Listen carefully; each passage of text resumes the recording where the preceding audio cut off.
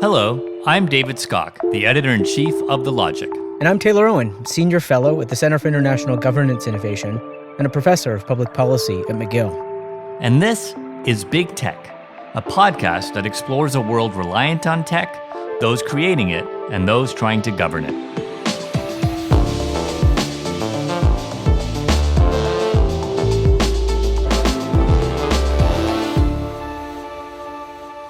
The purpose of today's hearing is to examine the dominance of Amazon, Apple, Facebook, and Google. Amazon runs the largest online marketplace in America, capturing 70% of all online marketplace sales. On Wednesday, Jeff Bezos, Mark Zuckerberg, Tim Cook, and Sundar Pichai all appeared in front of Congress as part of a landmark antitrust hearing. The four men lead companies with a combined market cap of almost $5 trillion. What this hearing means for big tech still remains to be seen. But at the very least, it's a sign that politicians in the US are beginning to take these issues more seriously. While the US has largely taken a hands-off approach to governing big tech, other countries are moving forward with broad platform governance agendas. Our guest this week, British Conservative MP Damian Collins, has been at the center of this debate. Domestically, he led a prominent British committee investigation into Cambridge Analytica's role in the British elections. And internationally, he's been at the core of a network of parliamentarians who are collaborating on how best to govern big tech. Called the International Grand Committee, it includes members in Canada such as Nate Erskine-Smith and Charlie Angus, and I actually appeared before it when it held meetings in Ottawa last year. And together, these parliamentarians are collaborating on how best to take on the tech giants. We sat down with Mr. Collins on Tuesday just ahead of the antitrust hearings in Washington to talk about his ongoing efforts to regulate the platforms. Damian Collins, welcome to Big Tech. Thank you. It's great to be with you. So we're recording this ahead of the antitrust hearings tomorrow. I'm wondering, what would you like to see come out of those hearings tomorrow? What are you expecting as well? Well, as someone who's questioned tech companies and watched other people do the same, what happens on the day is often far short of what you'd like to see happen. Often it's a process of evasion of answers. But I think the stakes are being raised against the tech companies now. I think as a consequence of competition investigations, I think a much more heightened level of interest now about platform policy against harmful content, much more pressure on the companies to take decisions. And if you think in terms of taking decisions about speech, we've seen the companies already take decisions I don't think they would have made a year ago. And I think coronavirus has had a big impact on that. And I think the pressure is on Facebook in particular because they are not moving as fast as some other companies are as well. So I think it puts them in a more exposed position. So I'd expect to see questions around that too. Now, I saw today that the UK advertising industry press is reporting that digital is now more than half of the world's ad spend. And when that is dominated by two companies, I think you can see why these antitrust questions come up. And in Britain, the Competition and Markets Authority report has not only highlighted that, but also said the response to that should be regulation.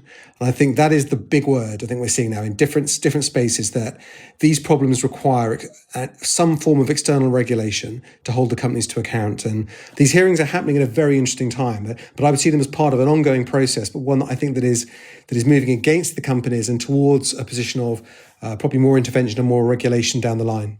So you know David Cicilline well, I'm sure. And he's been chairing this process for going on a year now. And these hearings this week are really a culmination of their investigations.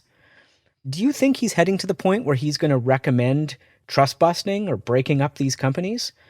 And part of the challenge, I guess, that I'd love to hear your thoughts on is that these are ultimately very different companies with different business models and potentially different sets of anti-competitive behaviors.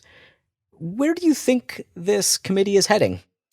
I think it's a good question. And so the defense of the tech companies is that because they're different and indeed have competing interests. And indeed, Apple talking about blocking ad tech on its devices shows that actually it can quite easily go to war with companies like Facebook and Google because its business model is so different. I think that will be their main defense for saying, well, actually, this is not an antitrust situation because we've got people who are dominating different bits of the market, but they also compete against each other. And that's where this is not Standard Oil or Microsoft or IBM. This is something that's very different.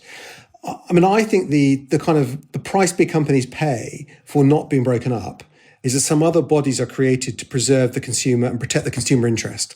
I think what we have to move away from is the idea that these are problems the companies either can or will solve themselves, because they've really not shown the only desire they have to act is either to gain, I think, a bit of an advantage over each other so that they're not the worst offender someone else is. I think Google's been very clever at sort of always staying kind of one step ahead of Facebook in terms of its approach to regulation and I think listening and cooperating with governing bodies. But I think the direction of travel is slow. Now, I'd be fascinated to see what David does recommend. But from my point of view, I think creating bodies to establish these standards that we want to see may be an easier route than trying to look at breaking these companies up.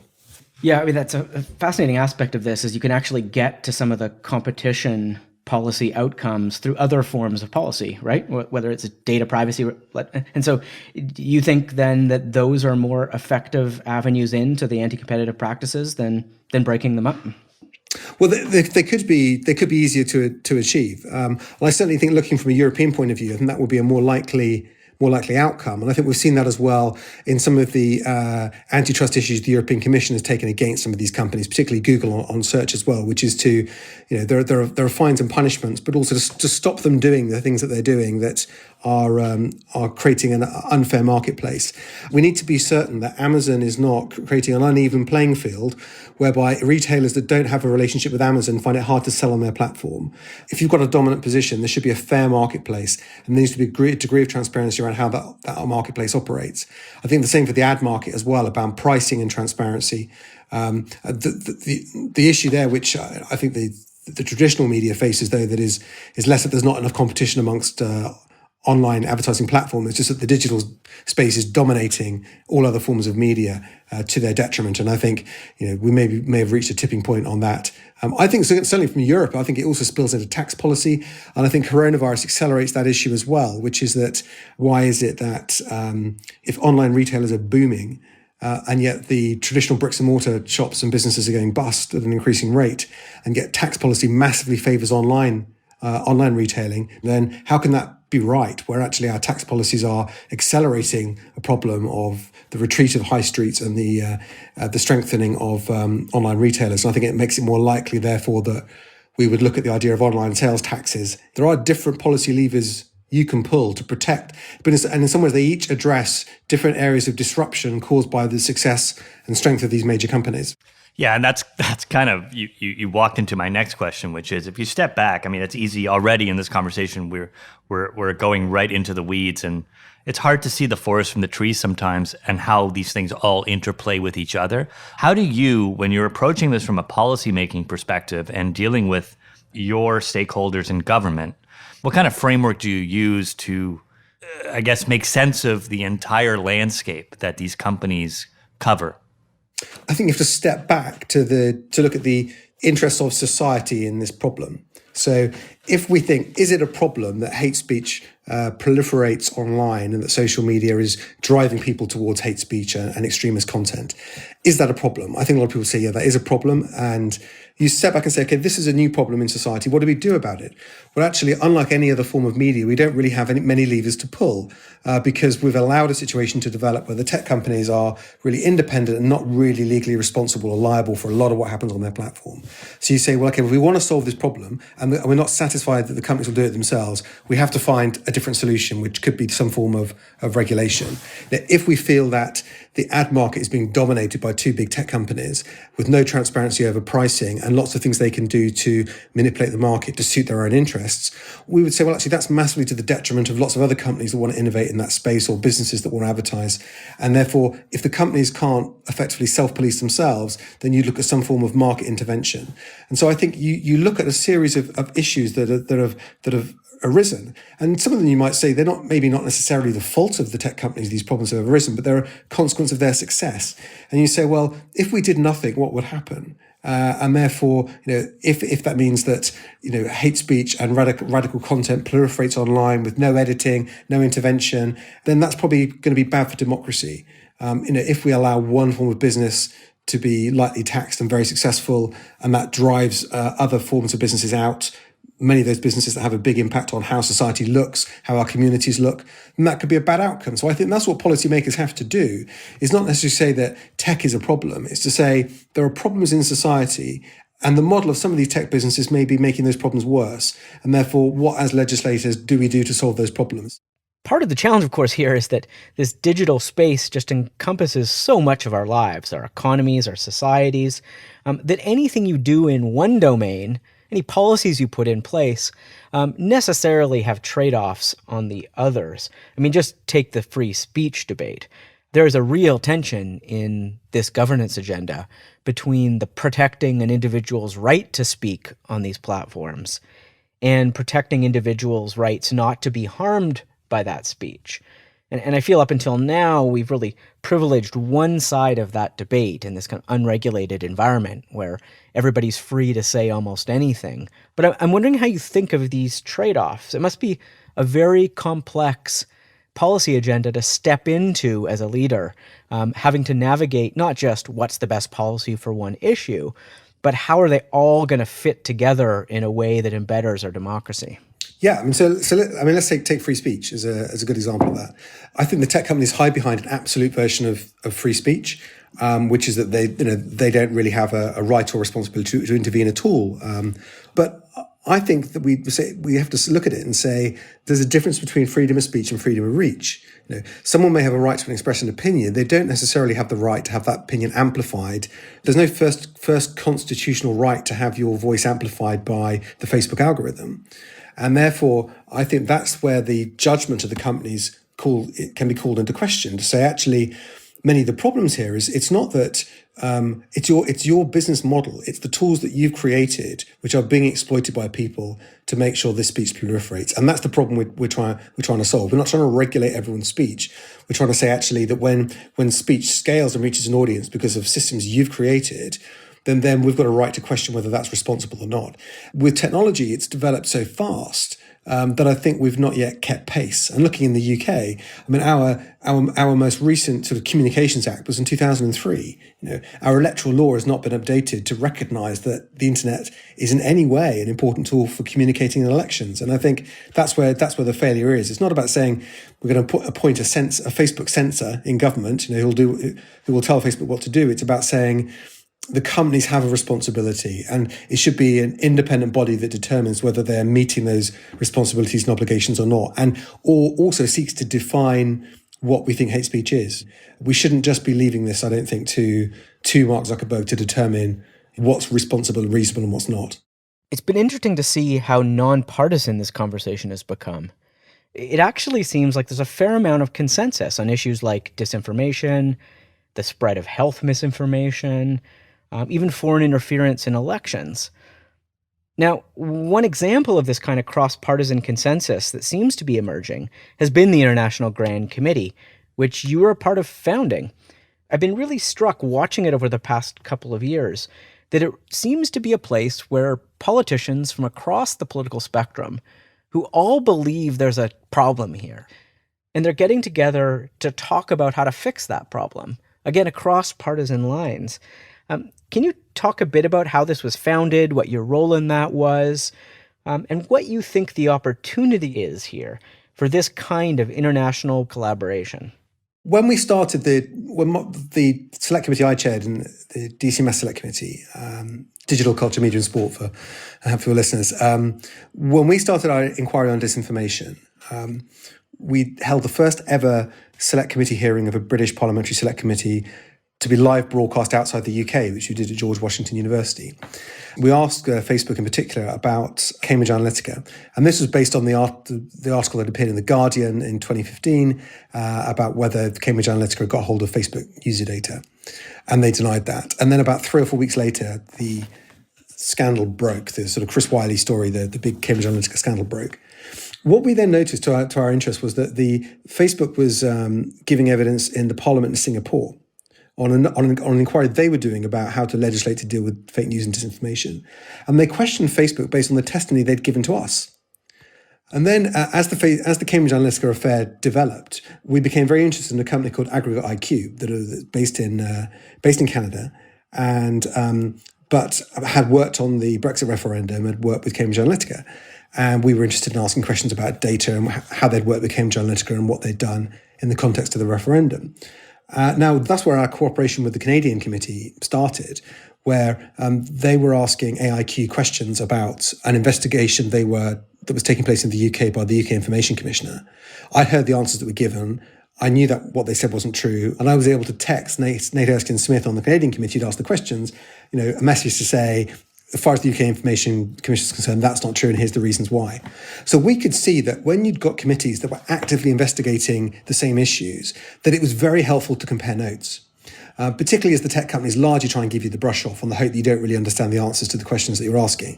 So therefore, the more you can improve your knowledge based on shared understanding of the way different parliaments were approaching this problem, that will be very powerful. And that was really how it got going. And I think it is really important when you're looking at the big tech companies is that whilst the local situations may be different, there are many common threads and themes, and to be able to cooperate on your investigations and benefit from the work other people have done is, I think, incredibly helpful. You mentioned Singapore's participation, and this brings up a real challenge in this governance agenda, which is countries of varying degrees of democracy and arguably even liberalism in some cases are all using similar language to govern speech on the internet in different ways, right, with different core values. Do you see this as an alignment of democracies and democratic governance? And is that needed to push back against the competing tech infrastructure, which is the Chinese one, which is fundamentally illiberal by design? How do you view that democratic spectrum that seems to exist amongst countries that are speaking to each other and collaborating in this space? I think it's really important that we have a model where citizens have got rights. And therefore, if it's on speech, if it's determining what sort of hate speech is or what speech should be acted against or downgraded in the algorithms of the companies, I don't think that should just be the judgment of the companies, nor do I think it should be the job of a government minister to do it. I mean, I said to the government of Singapore that I thought the approach they had taken on disinformation, whilst the basis of trying to have a mechanism of deciding what is disinformation or not, and therefore creating a legal liability to act, that's one thing. In France, it's a judge that makes that decision. In Singapore, it's the government minister. And I said, I didn't think I think probably in the UK, we would say that would probably be an independent regulatory body. It wouldn't be down to a government minister to make that decision. And I think that's really, really important that it's not politicians making these decisions. It's people who are separate and independent and can form their own judgment.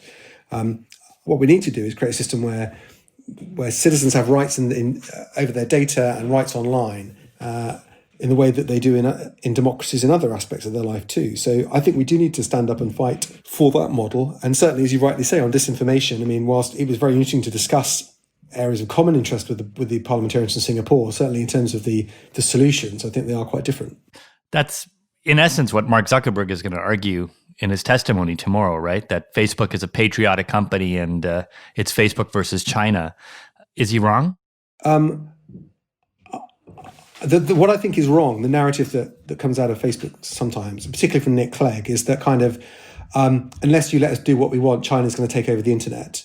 So and we've got to be big and strong to stand up to them, and that and therefore don't question us because we're more on your side than China is. I mean, I just don't think that's kind of choosing two sort of like extreme positions and trying to sort of pretend you're sort of in the middle of it.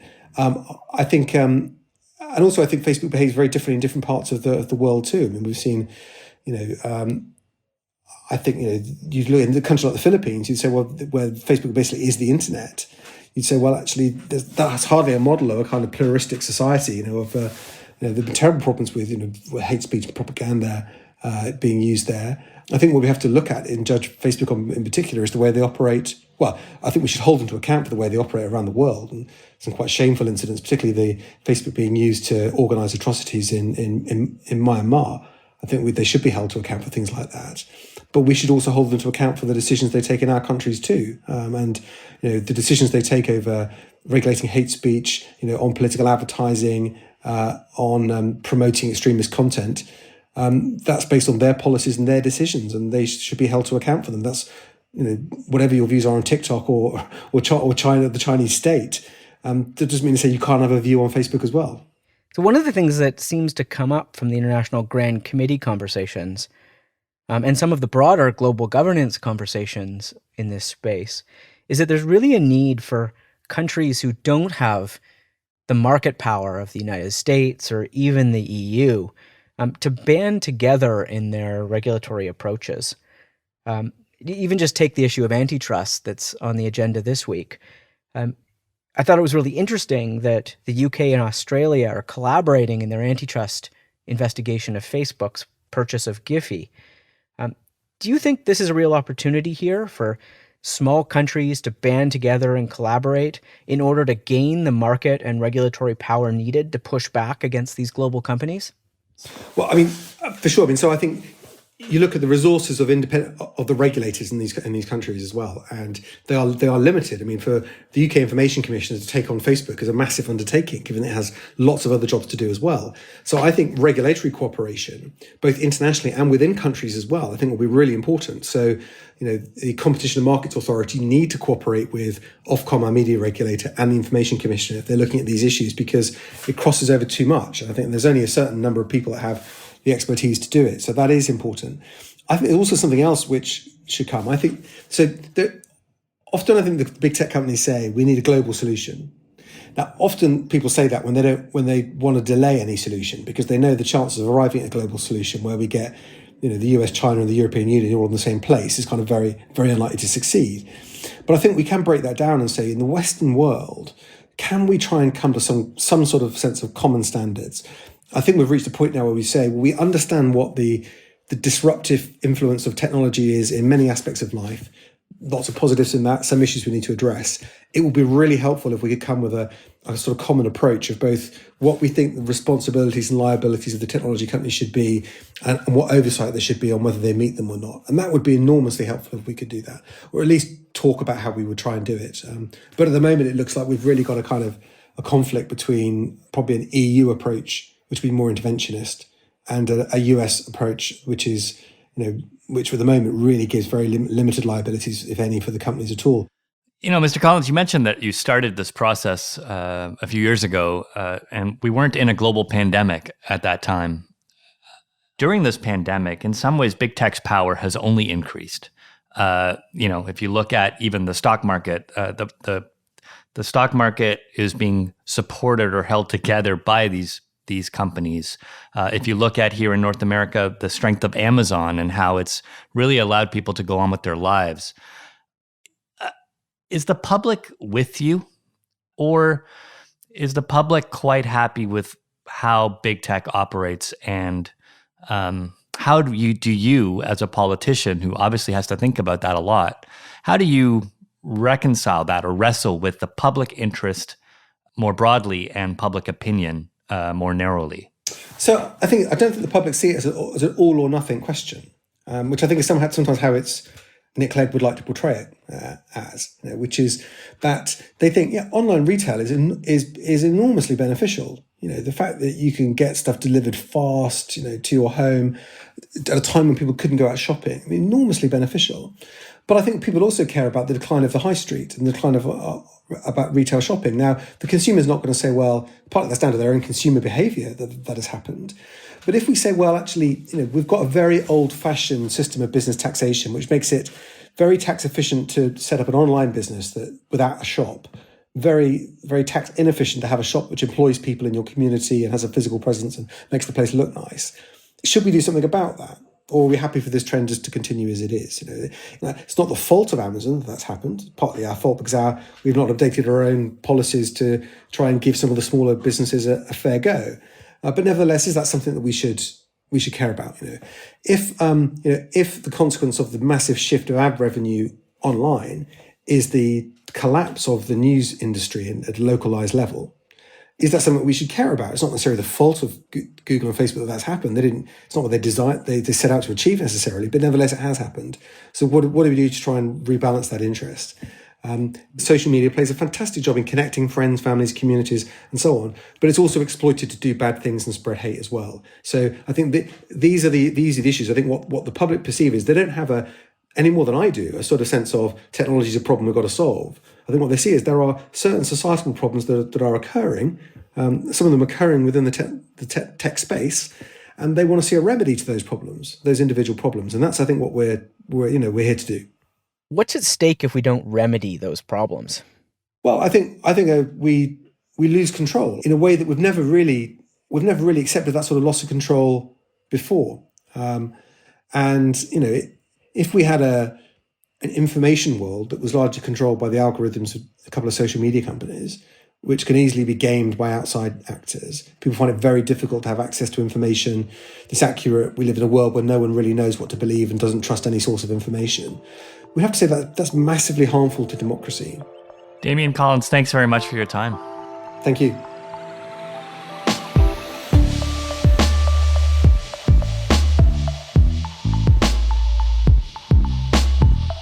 Big Tech is presented by the Center for International Governance Innovation and The Logic, and produced by Antica Productions. Make sure you subscribe to Big Tech on Apple Podcasts, Spotify, or wherever you get your podcasts. We release new episodes on Thursdays every other week.